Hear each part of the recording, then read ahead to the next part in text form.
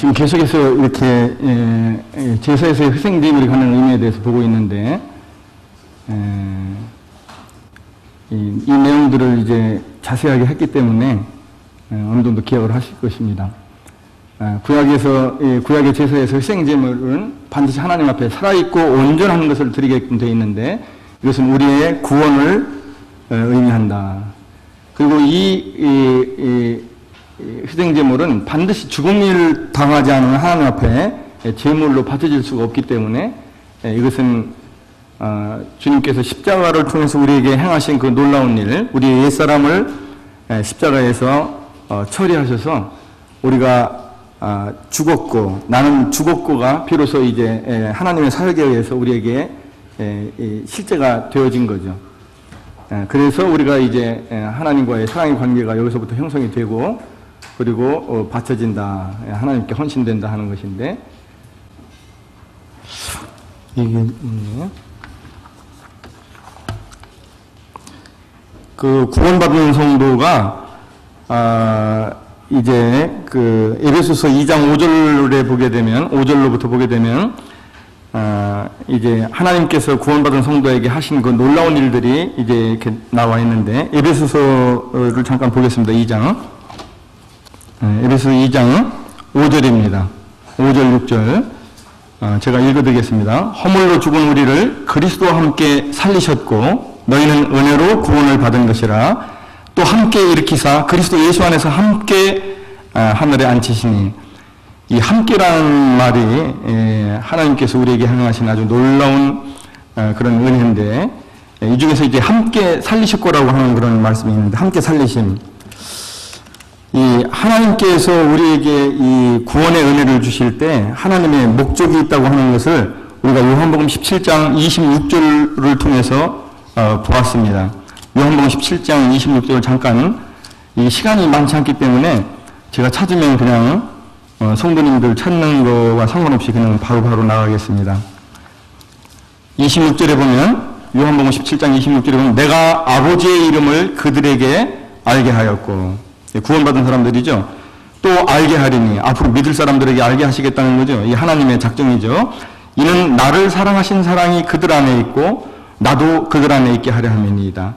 다시 말하면 하나님께서 창세전에 우리를 이름으로 부르시고 이 구원하시기로 작정하시고 우리에게 구원을 허락하실 때 하나님이 우리에 대한 구원의 목적이 있으셨다. 하나는 뭐냐면 하나님과 우리의 십자가의 구속을 통한 사랑의 관계가 하나님의 구속의 목적이었다라고 하는 것이 26절에 하나 나와 있고 또 하나는 뭐냐면 우리 주님이 우리 안에 들어오시는 것이죠. 이제 우리 주님은 사도행전에 임금과 구주로 삼으셨다. 하나님께서 예수 그리스도를 그렇게 말씀하셨기 때문에 우리 주님은 우리 안에 들어오실 때 왕으로서 왕권을 가지고 우리 안에 들어오시는 것이죠.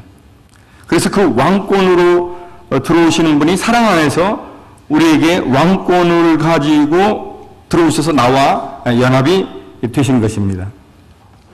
다시 말하면 내 안에 들어오신 이 새로운 왕인 예수 그리스도와 내가 사랑의 관계를 가지게 되었다. 복음으로 말미암아서 이것이 하나님께서 구속을 통해서 우리에게 하시고자 하는 중요한 목적인데 왜 이 사랑의 관계가 그렇게 중요하냐?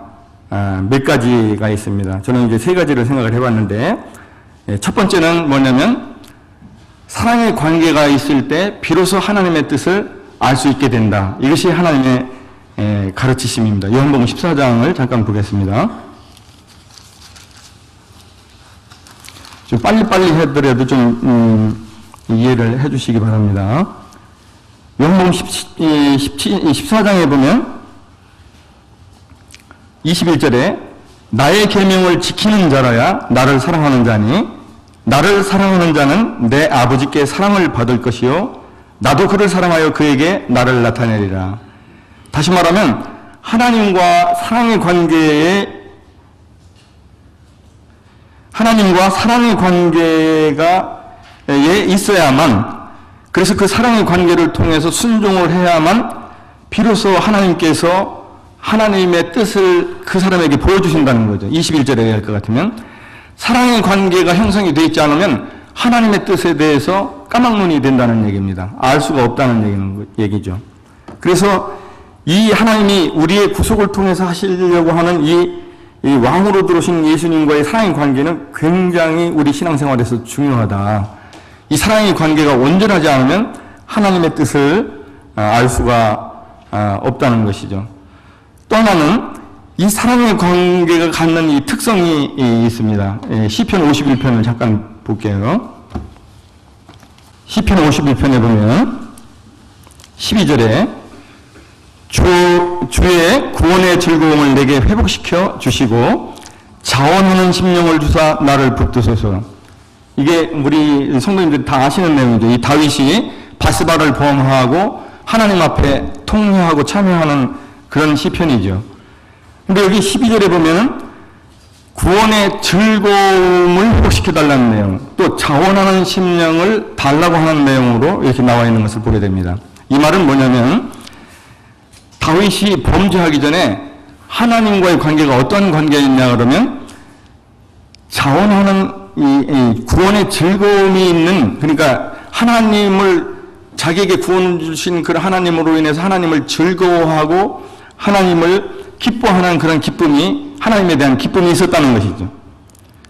그 다음에 두 번째는 마음에서 우러나서 하나님을 섬기고자 하고 하나님의 뜻에 순종하고자 하는 그런 자원하는 마음이 있었다는 얘기입니다. 근데 이제 이 범죄를 하고 나서 마음 가운데에서 이 하나님을 기뻐하는 마음과 이 마음에서 우러나는 자원하는 마음이 없어졌다는 얘기예요. 이 말은 뭐냐면 다윗이 하나님과 가졌던 그런 관계는, 하나님이 다윗의 길이라 얘기했던 것은 다윗이 하나님을 얼마나 사랑했나 하는 것을 알 수가 있습니다. 그래서 이 법궤가 이제 다윗성으로 이렇게 법궤를 이제 제사장 어깨에 메어가지고 모시고 올 때 얼마나 이 하나님을 자기 다윗성에 모시는 것이 기뻐했던지 그 무리 앞에서 다윗이 덩실덩실 춤을 추는 것을 보게 되고, 춤을 추면서 배꼽이 다 드러났던 것을 보게 됩니다. 이 즐거움, 이 하나님을 기뻐함은 하나님과의 사랑의 관계가 아니면 될 수 없는 것이죠. 그래서 이 사랑의 관계는 반드시 이 두 가지의 마음을 낳습니다. 하나는 뭐냐면 하나님에 대한, 우리 주님에 대한 또는 말씀에 대한 즐거움, 기쁨. 또 하나는 뭐냐면 하나님께 감사하고 하나님을 기쁘시게 해드리고 하나님을 섬기고 싶은 이런 자원하는 마음, 이 우러나는 마음, 이게 사랑의 관계에서 있어요. 그래서 사랑의 관계는 첫 번째는 하나님의 뜻을 비로소 이 사랑의 관계 안에서 알 수 있다. 두 번째는 사랑의 관계 안에서 우리가 성령의 인도에 순종할 수 있는 그런 마음 자세가 이 사랑의 관계로부터 나온다. 자원하는 마음과 즐거워하는 마음, 기쁨. 그다음 세 번째는 계속해서 주님의 바라보는 것과 주님의 뜻에 함께 나를 뒤에서 이렇게 몰아붙이는 이 강권하는 힘이 이 사랑의 관계 안에 있어요. 그래서 제가 이제 여러 번 말씀드린 것처럼 그리스도의 사랑이 우리를 또는 나를 강권하시는도다. 이것은 사도 바울의 고백일 뿐만 아니라 우리 모두의 고백입니다. 그래서 여기 에베소서 2장에서 말씀하시는 2장 5절에 말씀하는 함께 살리셨고는 여기에 함께 죽었고가 전제되어 있는 거죠. 함께 죽었고 다음에 함께 살리셨고가 있는 거죠. 주님께서 십자가에서 우리 죄를 대속해서 죽으실 때 우리 죄만 대신해서 죽으신 게 아니라 나의 옛사람과 함께 십자가에서 대표적으로 죽으셨다. 그러므로 나는 죽었다. 이것이 성경의 선언이고 이것은 실제적 사실입니다.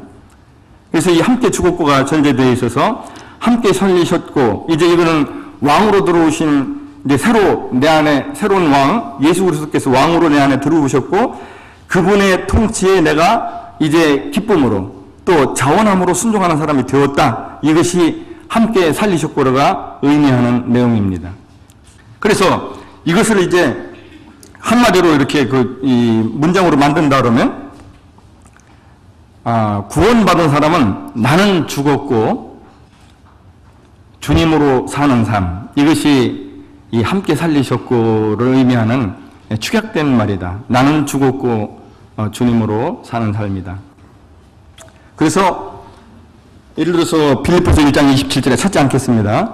오직 너희는 그리스도의 복음에 합당하게 생활하라. 이때 그리스도의 복음에 합당한 삶이 뭐냐라고 할 때 그것은 구체적인 어떤 것을 얘기할 수도 있지만 본질적으로는 나는 죽었고 주님으로 사는 삶이 그리스도의 복음에 합당하게 사는 삶이다 라고 볼 수 있습니다.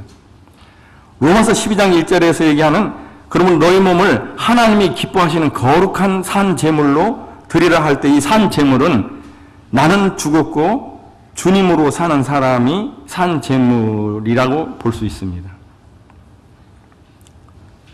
디모데전서 4장 7절에 경건에 이르는 연습은 뭐가 경건에 이르는 연습이냐? 그것은 나는 죽었고 주님으로 사는 삶을 삶에 실제로 적용하는 삶이 경건에 이르는 연습이다. 이렇게 볼 수 있습니다. 저는 그 찬양 중에서 내게 있는 모든 것을 아낌없이 바치는 이 찬양이 들기가 제일로 힘들고 어려워요. 성도님들은 어떠실지 모르겠지만 그거를 부를 때는 제 상태와 현재 그 믿음의 분량을 이렇게 생각을 하면서 계속 마음이 어렵고 찔림이 있고 막 그래서 너무나 힘들어요. 그래서 한 번은 제가 이제 어느 형제님한테 그 얘기를 했어요. 저는 이 찬송 부를 때 그렇게 힘이 듭니다. 그러니까 그 형제님이 뭐라고 저한테 얘기하냐면 우리가 그런 소원을 갖고 지금 현재 우리 상태는 그렇지 못하지만 그런 소원을 갖고 그렇게 되기를 간절히 바라는 마음으로 부르면 되지 않겠습니까? 그래요, 그 성도님이. 근데 제가 지금 이 말씀을 하는 그 마음이 딱 그 마음이에요. 그러면 이론은 다 그런데 그러면 너의 삶의 실제는 어떠냐? 말은 뭘 못하냐? 이렇게도 우리가 생각할 수 있지만 그러나 지금 성경이 함께 살리셨고 해서 하나님이 우리를 향해서 의도하시고 하나님이 반드시 이루실 내용이 뭐냐는 최소한 알고 있어야 되지 않겠냐. 그것에 우리가 소원을 두고 하나님께서 은혜를 주셔서 내 안에 그것을 이루시길 바라는 그런 간절한 마음을 가지고 이 말씀을 받으면 은혜가 될 줄로 믿습니다. 함께 일으키시고 함께 하늘에 앉히신 이도 이 받을 교훈들이 세 가지가 있는데 이게 시간이 안 돼가지고 넘어가야 됩니다. 자, 오늘 이제 볼 내용은 이 회개입니다.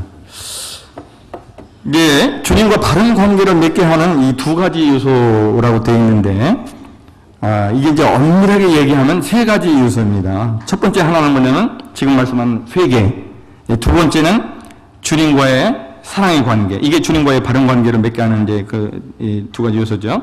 근데 이 주님과의 사랑의 관계는 지금 말씀드린 대로 이 사랑의 관계가 근본적으로 사랑의 관계 안에는 하나님의 뜻을 알 수 있는 길이 거기에 있고 사랑의 관계 안에 있고 바른 사랑의 관계 안에 그 다음에 주님의 말씀에 순종할 수 있는 우리 마음 자세 다시 말하면 자원함과 기쁨이라고 하는 이 기본적인 주님의 말씀을 순종할 때 꼭 필요한 이 마음의 자세가 이 사랑의 관계에서 우리가 본 대로 나옵니다. 그래서 이 사랑의 관계는 반드시 순종하게 되어 있고 사랑의 관계가 바르다면 정상이라면 순종을 하면서 우리는 하나님을 경험하게 됩니다.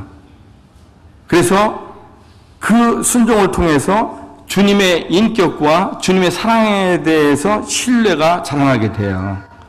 그래서 주님과 바른 관계는 두 가지인데 사실은 회개와 주님과의 사랑의 관계인데 주님과의 사랑의 관계는 사실 이 안에 신뢰의 관계가 포함이 되어 있습니다. 신뢰가. 근데 이제 오늘은 이 신뢰가 사실은 주님과의 사랑의 관계에서 연장선상에 있는 거기 때문에 두 가지만 보도록 하겠습니다. 회개와 주님과의 사랑의 관계. 이 회개는 이게 두 가지가 있는데 하나는 뭐냐면 구원받을 때 일생에 딱 한 번 하는 회개가 있습니다.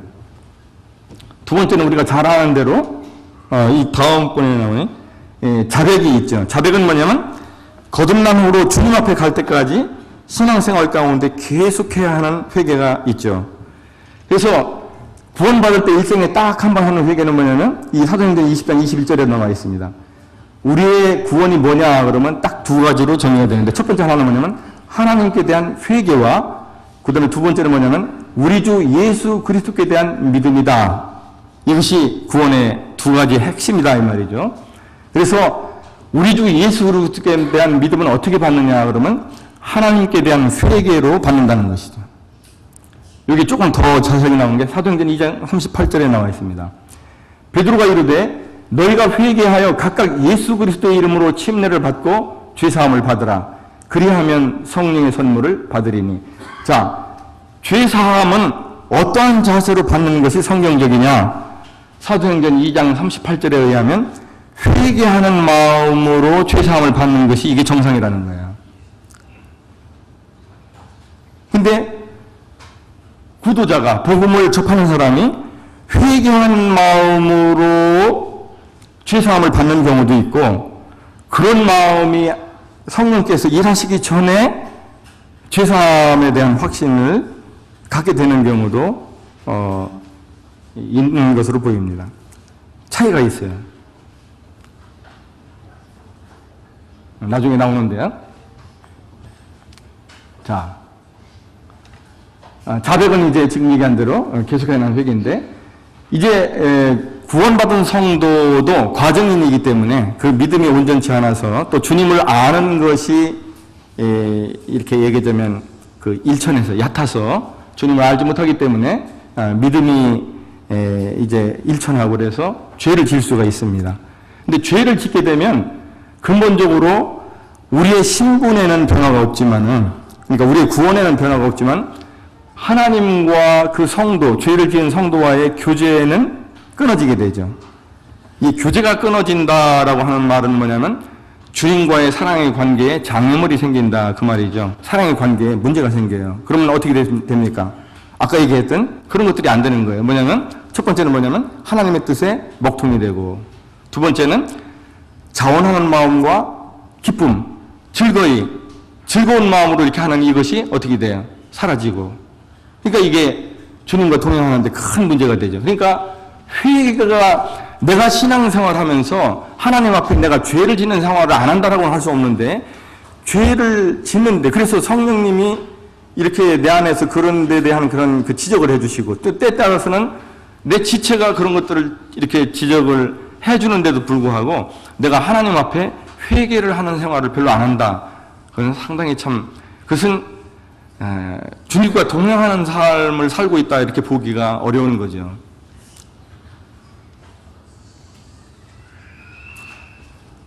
이 구원받을 때의 회개는 어떤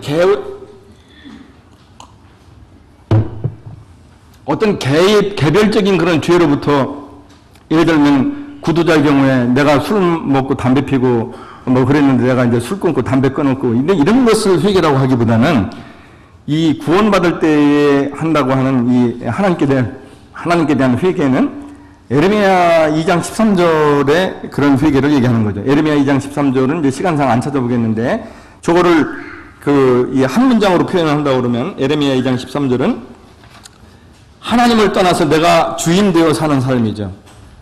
하나님을 떠나서 내가 주인 되어 사는 삶으로부터 뉘우쳐 돌이키는 것을 말합니다. 하나님을 떠난 상태에서 마음이 이제 하나님께로 유턴해서 돌아오는 거죠. 그리고 하나님이 나의 주인이신데 마치 내가 나 자신의 주인인 것처럼 하나님을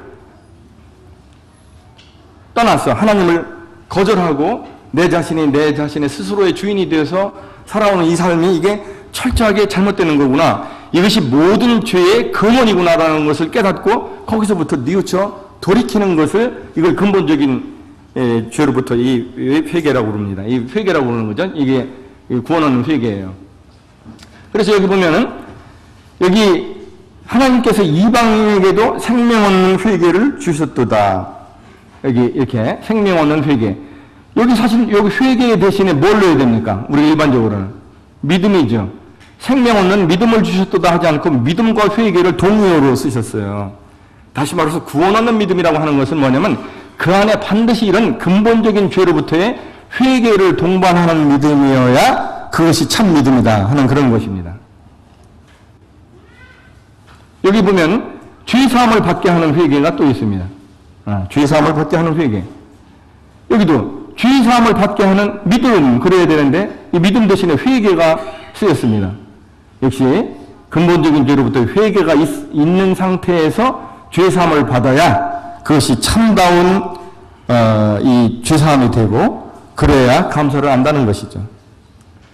자, 그리스도의 주되심이 내 안에서 이루어지기 위해서는 반드시 거쳐야 되는 것이 회개다. 왜 회개가 왜 그렇게 중요하냐? 결국 우리의 구원은 우리 안에 새로운 주권자인 새로운 왕이신 예수 그리스도가 사랑 안에서 내 안에 들어오는 것이 구원입니다.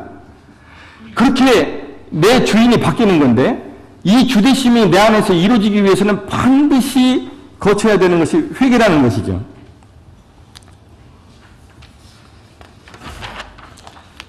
자, 우리는 탕자의 회개를 누가복음 15장에서 탕자의 비유를 이제 보게 되는데 그 탕자의 회개를 보면 누가복음 15장을 여러분들이 다 이제 내용 아시니까 다 아신다고 생각하고 제가 말씀드리겠습니다. 탕자가 아버지를 떠나서 먼 나라에서 거지로 망할 때까지 탕자의 주인은 누구였습니까?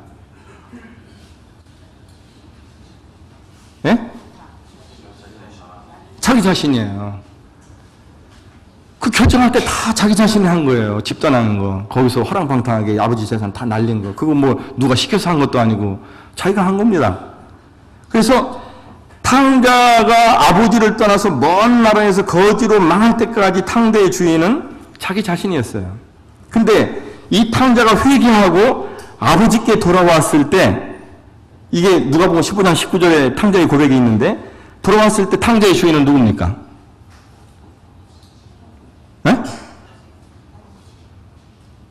아니 탕자가 회개하고 집으로 돌아와서 아버지한테 누가복음 15장 19절에 고백을 하잖아요. 나를 아들로 여기지 마시하고 풀꾼의 하나로 여기소서. 이때 탕자의 주인은 누구예요? 아버지예요. 그러니까 자기 자신이 주인이었는데 아버지가 주인으로 바뀌는데 뭐가 된 거예요? 뭐가 필요했던 거예요? 회개가 필요했던 거예요. 그러니까 이 탕자가 먼 나라에서 그가 잘 나갈 때건 그가 쫄딱 망했을 때건 거기에 계속해서 있는 한 회개하고 아버지께 돌아오지 않고 거기에서 계속해서 있는 한 그런 주인이 자기예요. 주인이 아버지로 바뀌려면 회개하고 아버지께로 돌아와야 됩니다. 그래서 그리스도의 주되심이 내 안에 이루어지기 위해서 반드시 되어야 되는 것이 회개예요. 근데 구원이라고 하는 것이 내 죄를 주님이 대신 지시고 주님이 피를 주셔서 내 죄를 영원히 용서하셨다 라고 하는 것만 믿으면 그게 구원이 맞습니다. 그건 구원 맞는데 그것이 목적하는 바가 아까 얘기한 대로 요한복음 17장 28절에 그거란 말이에요. 그것은 뭐냐면 왕이신 예수 그리스도께서 왕권을 가지시고 사랑 안에서 내 안에 들어오셔서 나와 사랑의 관계를 갖는 거거든요. 그분이 이제 새로운 주인이란 말이에요. 그렇게 바꾸는 것이 그게 하나님이 구원을 통해서 우리에게 의도하시고 목적하신 목적인데 그 목적이 이루어지려고 그러면 그런 죄사함에 대한 확신으로 구원을 받기 전에 이 회개가 필수적이라는 것입니다.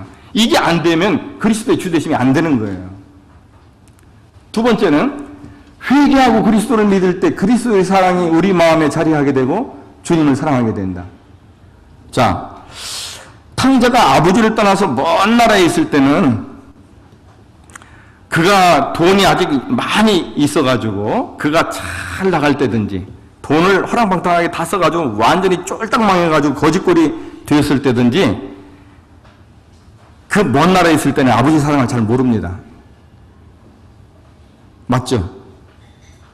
아버지 사랑을 잘 몰라요. 근데 그가 비록 거짓골이지만 아버지께 돌아왔을 때 아버지가 자기를 어떻게 대우하는가를 보고서 비로소 아버지의 사랑을 알 수 있게 됩니다.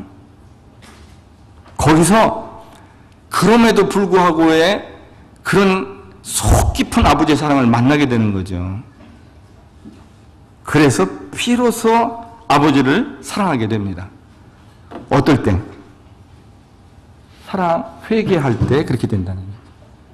그러니까 회개하지 않고 이 교리의 내용을 이렇게 믿음으로 받아들이게 될 때 나타나는 현상이 있는데 뭐냐면 감사가 얕거나 아니면 감사가 어떻게 얕으냐 그러면 이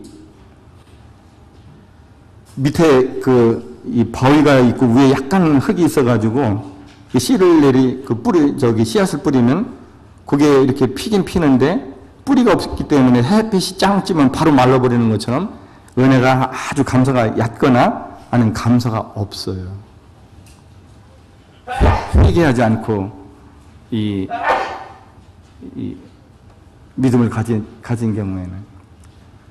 근데 아까 우리가 봤지만 결국 구원이라고 하는 것이 그리스도의 주되심과 하나님과 우리 주님과의 사랑의 관계가 하나님의 의도하신 목적이라고 하는 것이 주님의 중보기도에서 이 요한복음 17장 28절에서 분명하게 하나님이 우리에게 계시해서 나타내셨기 때문에 이러한 하나님의 목적이 이루어지는데 절대적으로 필요한 것이 이 회개라는 것입니다. 로마서 5장 5절에 보면 우리에게 주신 성령으로 말미암아 하나님의 사랑이 우리 마음에 부음받았다. 자, 성령으로 말미암아 이것은 이 성령은 어떤 때인가? 아까 보니까 우리가 구원받을 때, 죄 사함의 확신 얻을 때 하나님께서 선물로 주시는 거라고 그랬어요. 요한복음 14장 16절에는 한 번 하나님께서 성령으로 주신 것은 영원히 우리와 함께 거하는 것입니다. 우리의 상태에 불문하고. 근데 이 성령이 이 회개 가운데서 우리 가운데 들어오는 거죠. 이 성령으로 말미암아가. 이게 구원받을 때 성령을 선물로 받는데 이 하나님과의 사랑의 관계가 성도님들의 이렇게 교제를 보면 그 하나님과 우리 주님과의 허니문이 보통 1년 정도 간다고 하는 게 일반적으로인 것 같더라고요. 1년 정도 사랑의 관계가 간다. 근데 그 다음서부터는 이게 점점 무뎌지는 거죠. 근데 성도가 죄를 지으면 주님과 교제가 끊어집니다. 그러니까 주님과 교제가 끊어졌는데 사랑의 관계가 형성이 되며 또 성령으로 말미암아가 될까요? 안 됩니다. 그래서 우리의 신앙 삶 가운데 성령으로 말미암아서 하나님의 사랑이 샘물처럼 우리 마음의 강물처럼 계속적으로 부어짐을 받는 그런 은혜를 받으려면 우리의 신앙 삶 가운데서 계속해서 회개하고 사랑 안에서 순종함으로 주님과의 사랑의 관계를 지속 발전시켜야 됩니다.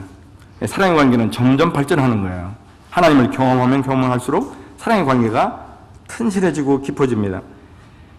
왜냐하면 주님과의 이 사랑의 관계는 우리의 신앙생활에서 주님의 말씀에 순종하는데 성령의 인도를 받는데 가장 중요한 기반이 되기 때문에 그렇습니다.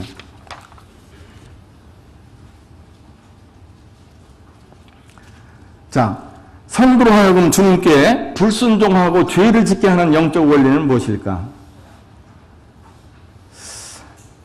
마태복음 10장 37절부터 38절은 주님과의 사랑의 관계가 영적 원리의 기본이다. 기본이다 하는 것을 말씀하고 있습니다. 이 영적 원리의 기본. 그러니까 주님이 뭐라고 하시냐 그러면 나보다 아버지나 어머니를 더 사랑하는 자, 나보다 아들이나 딸을 더 사랑하는 자는 내게 합당하지 않다라고 말씀하셨지만 그것은 다시 말하면 올바른 신앙생활을 할 수 없다. 성령의 인도함을 받는 신앙생활을 할 수 없다. 하나님의 말씀에 신앙생활하는 삶을, 말씀에 따라 순종하는 삶을 살 수 없다. 이런 얘기입니다. 이게.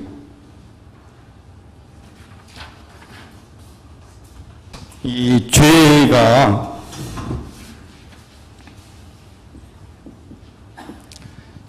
우리에게 끼친 심대한 영향력이 있습니다.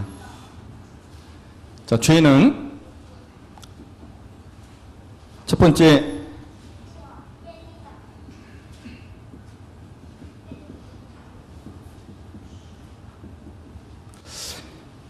죄는 첫 번째 우리의 주인을 바꿔놨어요.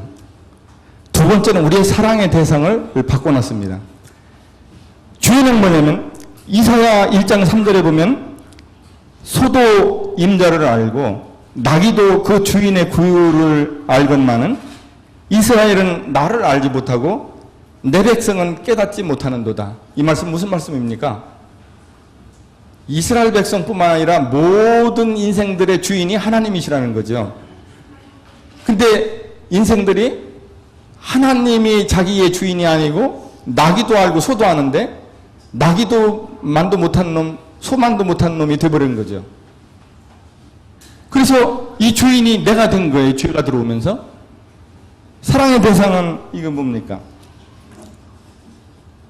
신명기 6장 4절에 쉐마라고 말씀드린 그 말씀, 이스라엘에 들으라. 너는 마음을 다하고 뜻을 다하고 힘을 다하여 내 하나님을 사랑하라고 하는 그런 말씀은 명령형의 형태로 나타났지만 이것은 하나님이 우리를 향한 창조 목적이다라고 하는 것을 단박에 알 수 있어요. 왜냐하면 그렇게 할 수 없는 것을 우리가 하나님이 아시기 때문에 어떻게 하셨어요? 사랑할 수 있게 만드는 그런 사건이 뭡니까? 십자가예요. 십자가. 그 십자가가 아니면 우리가 마음을 다하고 뜻을 다하고 하나님을 사랑하는 것이 불가능하기 때문에, 힘을 다해서 하나님을 사랑하는 것이 불가능하기 때문에 하나님이 마음 가운데 그 창조의 목적대로 인간들을 회복시키려고 십자가를 마음에 두셨고 그 십자가를 역사 가운데 배설하셨다 이 말이죠. 그 사랑의 대상으로 우리를 창조하신 거예요. 창조의 목적이에요, 그것이. 근데 이것이 나로 바뀌었죠, 이렇게. 이게 죄가 이뤄낸 엄청난 이게 사건입니다. 근데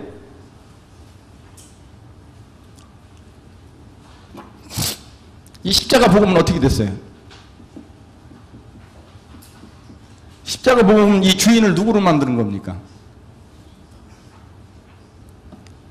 예수 그리스도로 만드는 거죠. 그래서 빌립보서 2장 11절에 모든 입으로 예수 그리스도를 주라 시인하여 하나님의 아버지께 영광을 돌리게 하셨느니라. 이게 구원받은 사람이라 그러면 예수 그리스도를 왕으로 자기 마음 가운데 모셔드리고 그 왕권에 순종하는 것이 우리 구원의 목적이죠. 그래서 이 십자가 복음이 주인이 나였던 것에서 예수 그리스도로 바꿔놓은 것이죠. 사랑의 대상은 이건 뭡니까? 요한일서 4장 19절에 우리가 사랑하면 그가 먼저 우리를 사랑하셨습니다. 다시 말하면 이 십자가 복음을 통해서 하나님의 사랑을 깨닫고 나서 사랑의 대상이 어떻게 된 거예요? 그리스도를 향해서 예수 그리스도로 바꿔진 거죠. 하나님으로.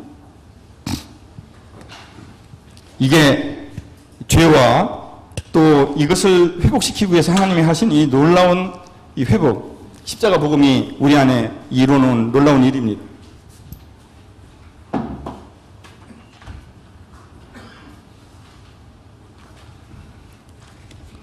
근데 여기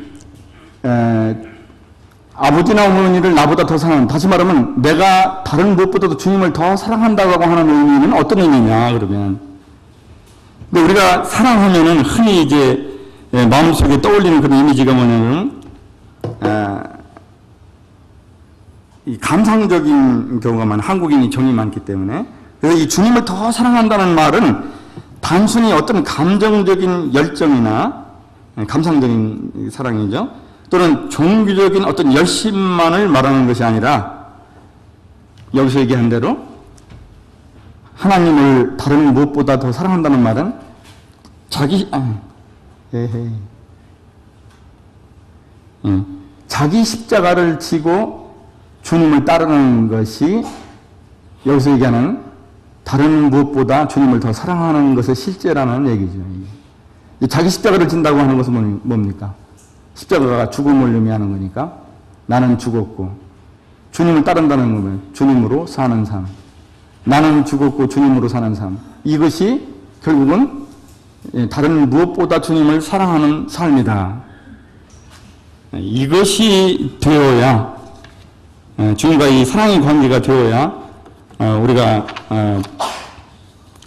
불순종하지 않고 죄를 짓지 않는 그런 건강한 삶을 살 수 있다는 것입니다. 디모데후서 3장 2절로 4절을 보게 되면 여기에 이제 사랑으로만 된 것만 이렇게 추려봤어요. 세 가지가 나와요. 여기 보면 자기를 사랑, 돈을 사랑, 쾌락을 사랑. 이것이 말세에 하나님과의 사랑의 관계에서 떨어져 가지고서 유리방황하는 사람들의 마음 가운데 사로잡고 있는 하나님보다 더 사랑하는 것들의 대표입니다. 자기, 돈, 쾌락. 세 가지인데요. 자, 그러면 이거 보잔 말이에요. 돈을 왜 사랑합니까? 이웃집 아저씨 잘 되라고 돈 사랑하는 거죠. 이웃집 아저씨 잘 되라고. 아니에요? 나를 위해서 사랑하는 거죠. 이 쾌락. 이웃집 아저씨 즐거워라고 쾌락을 사랑하는 거죠. 아니에요. 나 죽으라고, 나 즐거워라고 쾌락을 사랑하는 거네요. 그러면 이 자기를 사랑, 돈을 사랑, 쾌락을 사랑이 근본적으로 뭐예요? 근본적으로는 자기 사랑이에요. 자기 사랑. 이 자기 사랑이 결국은 하나님을 대적하는 가장 강력한 그런 장애인인 것을 알 수 있습니다. 여기서부터 회개하고 돌아서야 주님과의 사랑의 관계가 회복이 되는데, 말하자면 이 자기 사랑이라고 하는 이 완고한 이 철옹성, 이 사랑, 자기 사랑의 감옥에서 이 우리를 끄집어낼 수 있는 것이 이 세상에 있는 그런 어떠한 것으로도, 그것이 어떠한 종교가 됐든, 그것이 어떠한 철학이 됐든, 그것이 어떠한 윤리가 됐든, 그것이 어떠한 과학이 됐든 우리를 이 철옹성 같은 자기 사랑의 감옥에서 끌어낼 수 있는 것이 아무것도 없다는 거죠. 오직 딱 하나입니다. 복음에 있는 십자가 사랑만이 우리를 그 철옹성 같은 아무도 끊을 수 없는 그 요새에서 우리를 건져낼 수 있는 유일한 구원자예요. 이 말씀은 누구든지 자기를 사랑하는 상태, 주님보다 더 사랑하는 상태에서는 주님과 함께 동행한다라고 하는 우리를 구속하신 목적은 그는 뭐다? 뭐다 이거죠.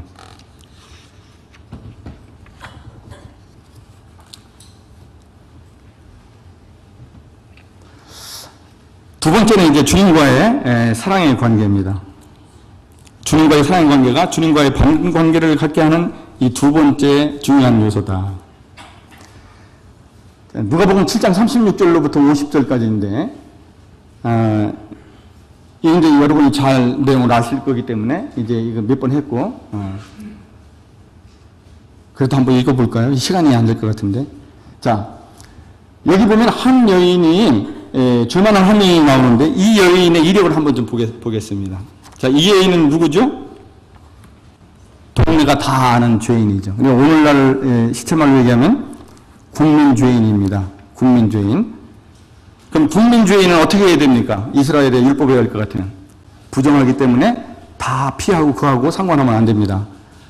완전히 분리되어야 돼요. 그게 이스라엘 율법이 요구하는 거거든요. 부정한 것과는 타치하면 불가촉입니다. 불가촉. 그러니까 이 여인은, 지금 여기에 등장하는 이 여인은 말씀 잘 알까요? 모를까요? 그동안. 율법 잘 알아요? 네, 잘 몰라요. 말씀 잘 모르고. 두 번째는 어떤 신앙 공동체에서 신앙생활을 한 적이 있을까요? 없을까요? 불가촉이라니까요. 없어요. 그러면 이 사람은 그런 신앙 공동체에서 어떤 훌륭한 영적인 그런 사람에게서, 영적인 그런 믿음의 사람, 하나님을 경외하는 사람에게서 양육을 받은 적이 있을까요? 없을까요? 없어요. 근데 이 여인이 한 거는 그냥 죄 짓는 것밖에 없었습니다.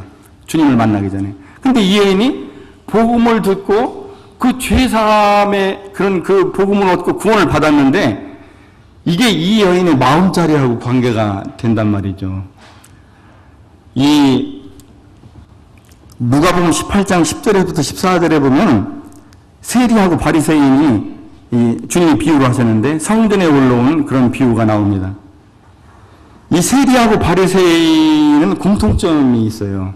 이 세리하고 바리새인, 이 올라올 때 하나님이 보시기에 이 세리하고 바리새인은 어떠한 공통점이 있는가? 둘 다 쓰레기입니다. 근데 차이가 있어요. 이 하나님 보시기에 둘 다 쓰레기예요. 차이가 있는데, 하나는 뭐냐면, 한 사람은 자신이 쓰레기인 것을 모르고 자칭 의인이라고 생각하는 사람, 이게 이제 차이예요. 또 한 사람은 뭐냐면 자신이 쓰레기인 것을 아주 처절하게 아는 사람이거든요. 그러니까 이 사람들의 마음이 다른 거예요. 그래서 우리가 한번 마음을 한번 보도록 하겠습니다.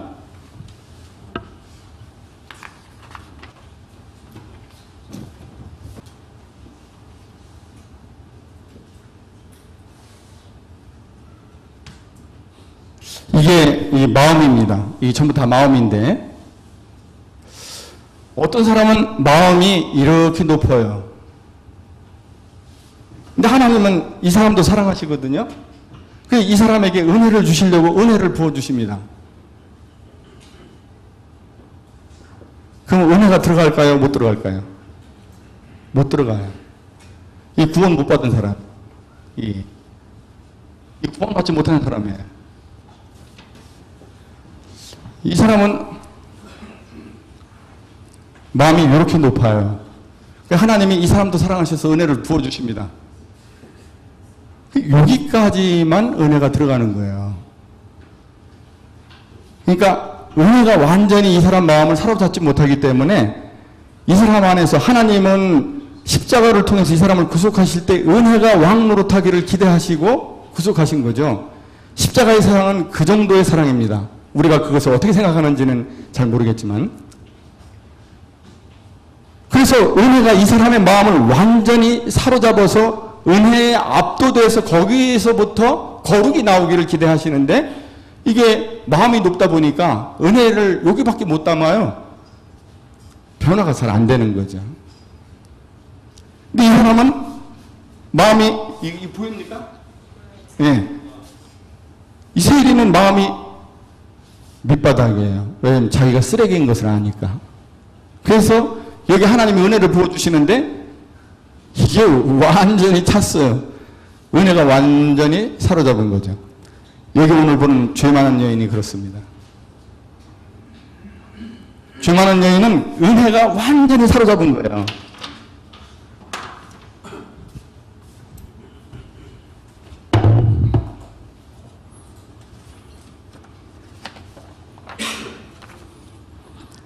자,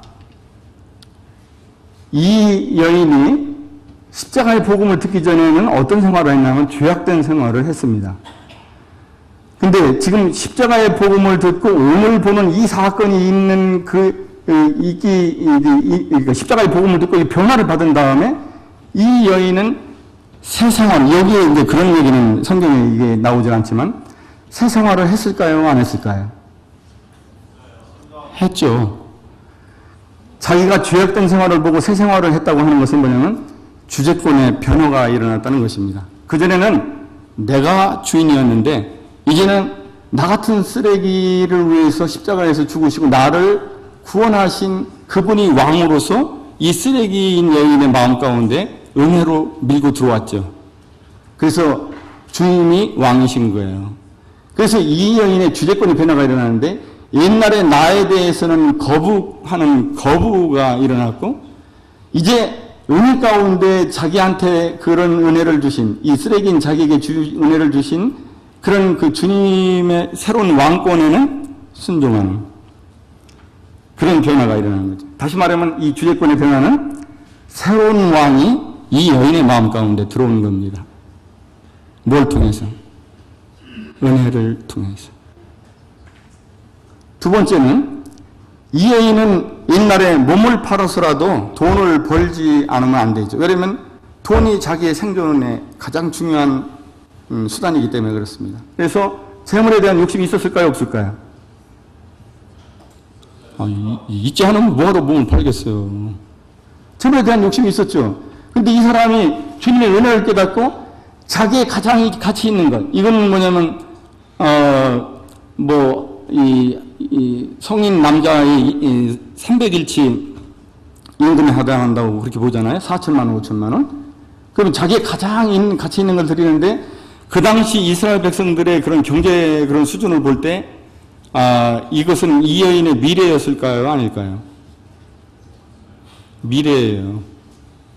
자기가 가장 현실적으로 의지할 수 있는 거죠. 이 여인에게 있어서 가장 가치 있는 것이 그겁니다. 향유.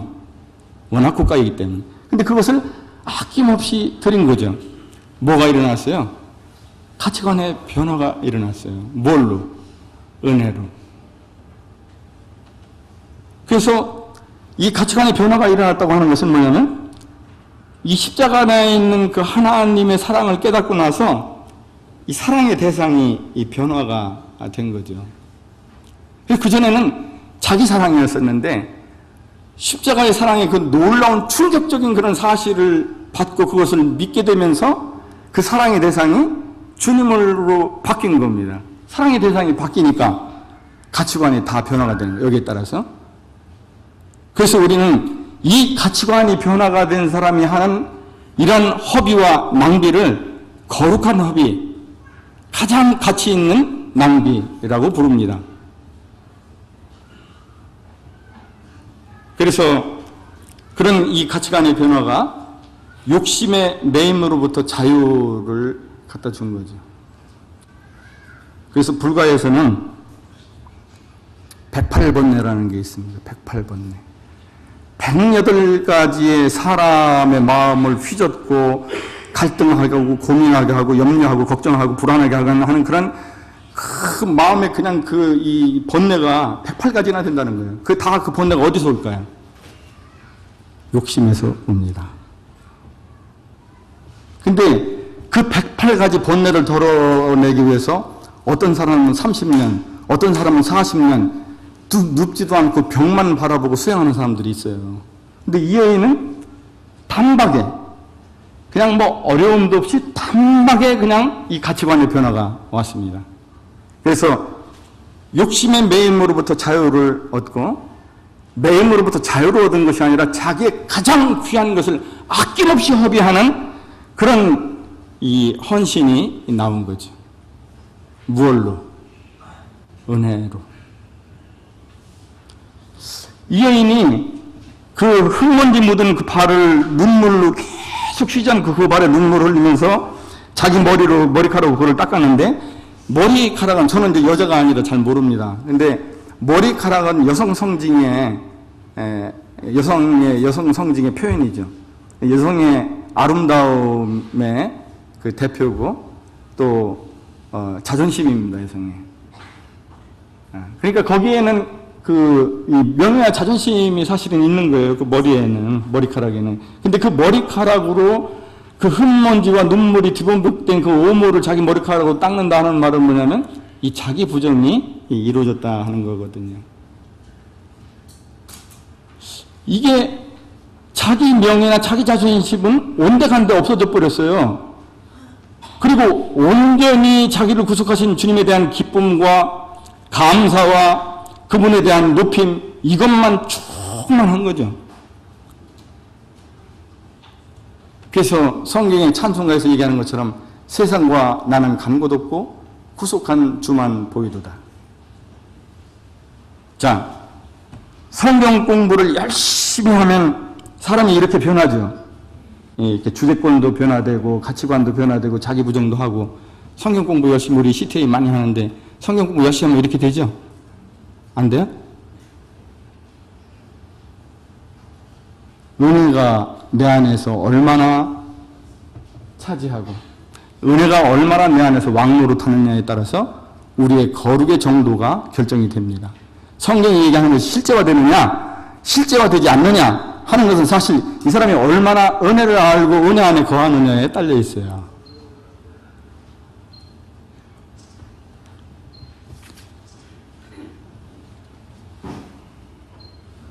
주제권의 변화까지만 하겠습니다. 그때 이스라엘의 왕이 없으므로, 이스라엘의 왕이 없다. 사사시대니까 당연히 왕이 없습니다. 근데 이스라엘의 왕이 없다는 말은 사사시대니까 정치적으로 왕이 없는 것도 되지만 사실 이 시대의 영적 상태가 모든 이스라엘 백성 가운데 왕이신 하나님이 안 계셨습니다. 그러니까 어떻게 돼요? 사람들이 절대적인 기준이 없이 자기의 소견에 오른 대로 백인백색으로 천인천색으로 만인만색으로 그렇게 살아가는 거죠. 여기서 진지하게 우리 자신에게 해야 하는 질문이 있습니다. 여러분과 저에겐 왕이 있습니까? 그리고 또 그분은 내 안에서 왕권을 제대로 행사하실 수 있습니까? 만약 없다면 우리는 마음이 높은 겁니다. 그래서 이 여인과 같은 그런 은혜를 못 받은 거예요. 은혜를 모르는 거지. 변화가 안 돼요.